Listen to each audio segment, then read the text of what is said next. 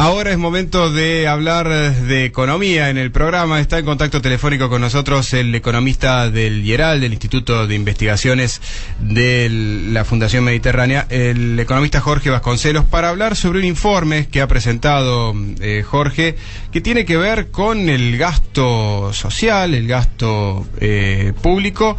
El informe se titula Contención Social, el escudo para una lenta economía. Y la verdad es que el informe tiene que ver también con lo que es la noticia económica del día, ¿no? Los datos fiscales del mes de febrero, que han aumentado mucho más que los ingresos. El déficit fiscal se ha disparado, titula hoy el diario Ámbito Financiero, en febrero. Jorge, ¿cómo te va? Buen día. Guillermo López te saluda desde Radio Shopping. Buen día, Guillermo, ¿cómo estás? Bueno, este informe hace hincapié en estos gastos de contención social y cómo se han incrementado y cómo se han mantenido en los últimos años. Sí, la idea del artículo era plantear un punto de vista diferente respecto del clima que se estaba viviendo en las últimas semanas. Es decir, la recuperación de la economía ocurre, pero ocurre a ritmo lento. Y en el medio de ese proceso hemos tenido un marzo, o estamos teniendo un marzo muy agitado en términos políticos. Entonces la pregunta es ¿qué va a predominar? Porque si la recuperación de la economía es lenta, pero aumenta la incertidumbre por la inestabilidad política, esta incertidumbre podría tirar abajo, digamos, el proceso de recuperación de la economía, porque afecta negativamente las expectativas de los consumidores, las expectativas de los inversores. Entonces, en esa pulseada entre una economía todavía débil y una política inquietante y con mucha incertidumbre, lo que se plantea en el artículo es que hay otro elemento a tener en cuenta, y es que Argentina hoy tiene un esquema de contención social inédito, que no tuvo nunca, por la magnitud del esfuerzo fiscal que se hace para atemperar la parte negativa de los ciclos económicos. Y hay dos datos fundamentales en esta red de contención social que, repito, es inédita por su magnitud. El primero es que hay que tener en cuenta que venimos de 5 años de estancamiento. O sea, si hoy uno compara con 2011, encuentra que el valor agregado de la economía argentina actualmente es todavía inferior al de 2011. O sea, los cepos al cambio de comercio exterior que se introdujeron a fin de 2011 generaron una etapa en la economía de un estancamiento notable. Y pese a eso, la tasa de desempleo de cuarto trimestre de 2016, que informó el INDEC hace poco, fue de solo, entre comillas solo, 7,6%. La tasa de desempleo es relativamente baja para una economía que hace 5 años que está estancada o incluso retrocediendo.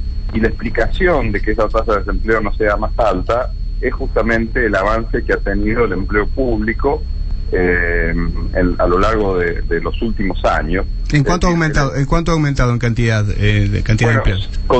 Mirando las 3 jurisdicciones, nación, provincias, municipios, que es la estadística que tengo fresca en la cabeza, ha habido 1.600.000 empleos nuevos generados a través del Estado. 1.600.000 personas en los últimos 10-12 años pasaron a trabajar en el Estado, ya sea en las provincias, en los municipios o en la misma nación. Entonces, ese empleo público que genera un dolor de cabeza a la hora de pagar los sueldos, del otro lado es una forma de disimular el desempleo, digamos así, y por eso la tasa de desempleo ha resultado baja para una economía que hace 5 años que no crece.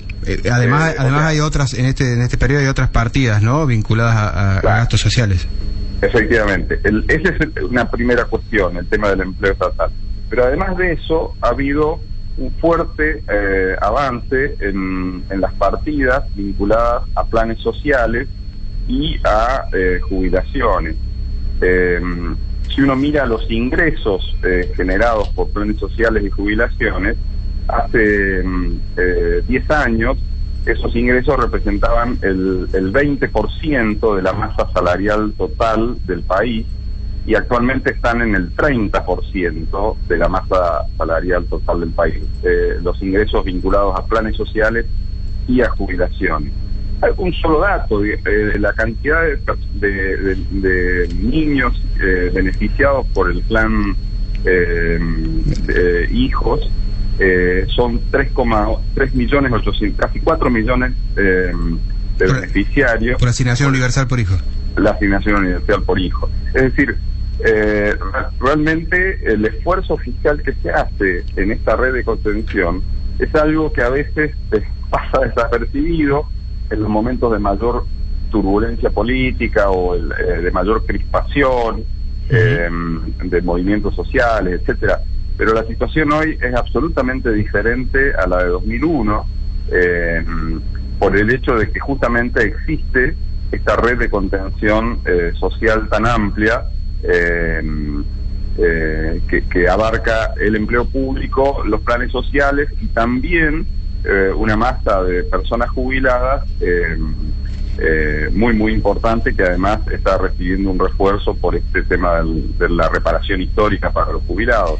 Jorge, por lo que se ve en los datos de febrero que se publican hoy, que tienen que ver con el gasto fiscal, no ha menguado, digo, el gasto para esto que estás haciendo referencia. Hay un número que me llamó la atención hoy que publican los diarios, que tiene que ver con el incremento interanual en febrero del programa de las asignaciones familiares, básicamente el programa Asignación Universal por Hijo, que es del 65% entre febrero de este año y febrero del año pasado. Efectivamente, o sea, ese es un poco el sentido del artículo que vos mencionabas. O sea, es cierto que, digamos, la situación de ningún modo es floreciente, pero yo creo que vale la pena tener en cuenta este fenómeno, que es un fuerte aumento del gasto social, que, digamos, la contrapartida de eso es que la presión tributaria hoy es muy alta, y eso a veces dificulta la posibilidad de atraer inversiones, justamente porque la rentabilidad de la inversión está muy afectada por la gran presión tributaria que existe, tanto impuestos nacionales como provinciales, como tasas municipales. Pero el objetivo del artículo era decir, bueno, estamos sufriendo mucha presión tributaria, eso afecta a la inversión, pero por lo menos esa gran recaudación que hace el Estado está derivada a partidas sociales de una magnitud que a veces pasa desapercibido. Los datos que te llamaron la atención, de los gastos de febrero, corroboran este mensaje del artículo, digamos. Te hago dos consultas. La primera es más política.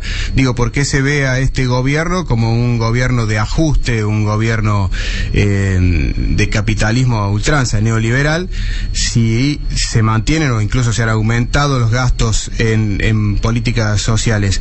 Y la segunda tiene que ver con, bueno, si se designan tantos recursos, me parece que lo mejor el problema está en la implementación o en la focalización de los mismos.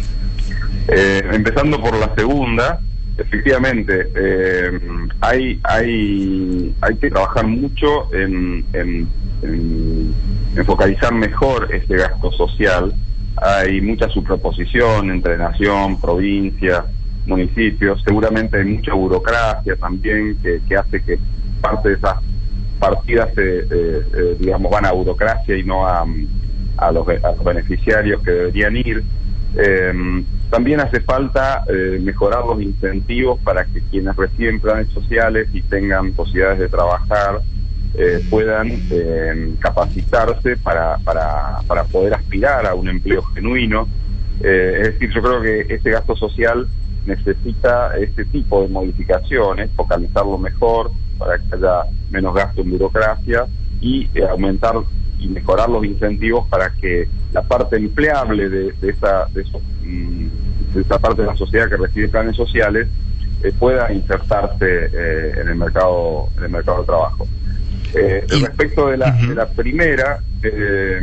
primera parte, la política, yo creo que, digamos, 2016, el año pasado, fue efectivamente un año de ajuste, pero el ajuste en realidad tiene que ver con el hecho de que se había llegado a fin de 2015 a una situación que era insostenible, y quizás ahí el tema político es por qué el gobierno, el nuevo gobierno que asumió a fin de 2015, no mostró con todo lujo de detalles la gravedad de la situación. En parte probablemente debe haber sido para no asustar a los inversores, porque claro, el nivel de reservas que tenía el Banco Central en diciembre de 2015 era tan bajo, de reservas propias, era tan bajo que solo alcanzaba para pagar menos de un mes de importaciones. Entonces probablemente el gobierno, para no generar intranquilidad económica, pasó por alto algunas de estas cosas, pero de la herencia, pero la situación era insostenible a fin de 2015, y por ende hubo medidas que se tomaron, como el tema de empezar a actualizar las tarifas de los servicios públicos, del gas, electricidad, reducir subsidios en transporte, etcétera. Eran medidas que eran inevitables, porque si no, digamos, íbamos a tener una espiral. O sea, si los subsidios seguían en el monto que tenían, el Estado no iba a poder financiarlo, iba a tener que emitir más y íbamos a tener una explosión inflacionaria en 2016. O sea, el ajuste de 2016 era inevitable, o por una explosión inflacionaria, si no se tomaban las medidas que había que tomar, al estilo de lo que ocurre en Venezuela en estos últimos años, o, digamos, tomar el toro por las astas y anunciar medidas antipáticas como fueron los ajustes de tarifas, de gas. Era una situación que, si uno se detiene con honestidad intelectual a mirar cómo era el panorama de la economía argentina a fin de 2015, obviamente que encuentra que no había demasiadas opciones. Pero el hecho de que no hubieran existido muchas opciones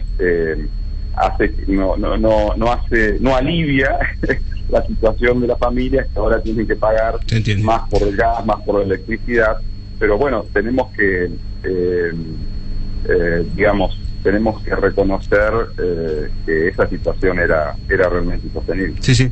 Jorge, gracias por el contacto con Radio Shopping de Córdoba.